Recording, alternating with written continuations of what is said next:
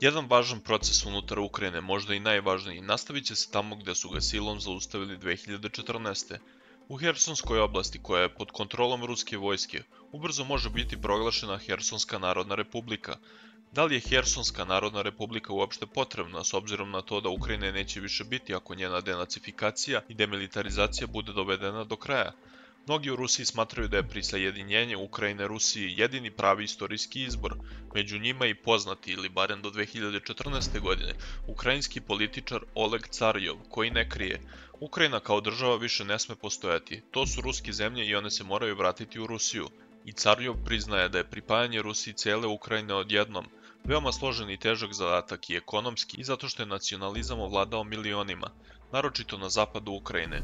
Istorija Malorusije 17. veka i Ukrajine 21. veka dokazala je da je svaka od Moskve nezavisna ukrajinska elita u manjoj ili većoj meri antiruska.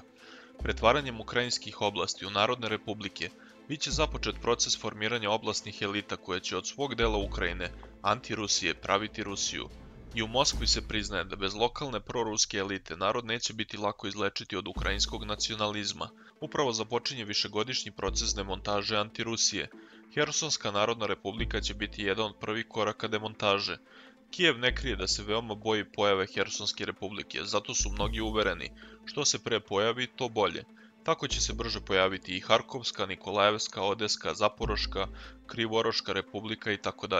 Moguća je kao prelazna forma i njihova federacija.